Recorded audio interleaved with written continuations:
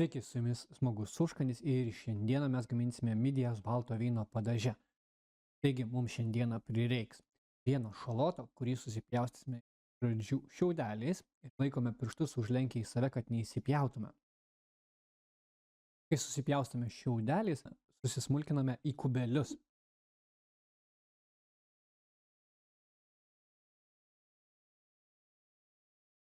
Taipogi naudojame ir česnaką. Česnaką iš pradžių susitraiškome ir taipogi susismulkiname. Kai viską susismulkiname, supilame į puodą, įpilame šiek tiek aliejaus ir sudedame tiek šalotą, tiek česnaką. Viską gerai pakepiname, kol tampa auksinės spalvos.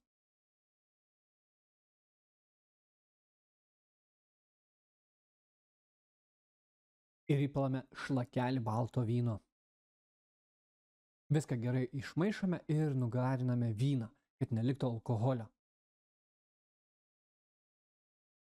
Tada įpilame šiek tiek sojos, austrių padažo ir viską gerai išmaišome.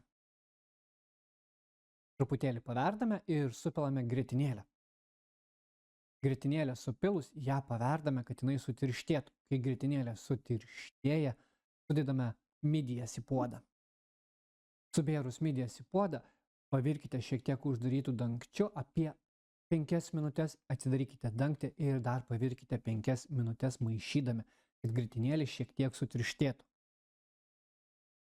Ir štai po 10 minučių turite nuostabes midijas balto vyno padaže. Taipogi galite pasikepinti ir ciabatą duonelės, kad būtų šiek tiek skaniau,